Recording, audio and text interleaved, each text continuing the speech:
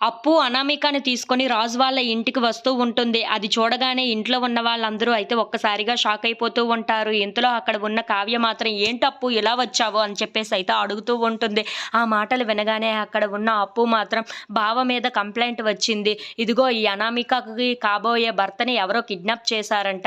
అది బావ మీదే అనుమానం ఉంది. అందుకే ఇక్కడికి సెర్చ్ చేయడానికి వచ్చాము అని చెప్పేసి అయితే అంటూ ఉంటుంది. ఆ మాటలు వినగానే ఇంట్లో ఉన్న వాళ్ళందరూ అయితే ఒక్కసారిగా షాక్ అయిపోతూ ఉంటారు.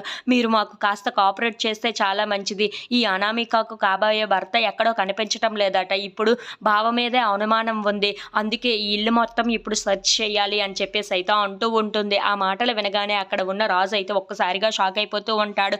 ఇంతలో ఇంట్లో ఉన్న వాళ్ళందరూ అయితే చాలా కంగారు పడిపోతూ ఉంటారు. అది చూడగానే అక్కడ ఉన్న అనామిక మాత్రం ఏంటి అలా చూస్తున్నారు, లెండి సెర్చ్ చేయండి అని చెప్పేసి అయితే అంటూ ఉంటుంది.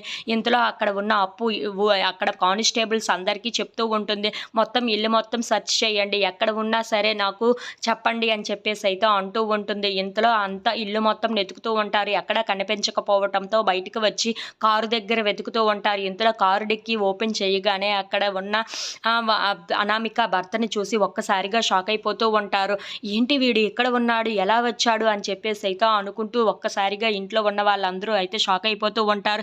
ఇంతలో అక్కడ ఉన్న అనామిక కూడా అయ్యో అని చెప్పేసి అయితే అంటూ తన కాబోయే భర్త దగ్గరకు వెళ్తూ ఉంటుంది. అది చూసిన కావ్య మాత్రం ఏంటి వీడు ఎలా వచ్చాడు అంటే రాత్రి రాజు వెళ్ళాడు వీడిని తీసుకురావడానికేనా అని చెప్పేసి అయితే అనుకుంటూ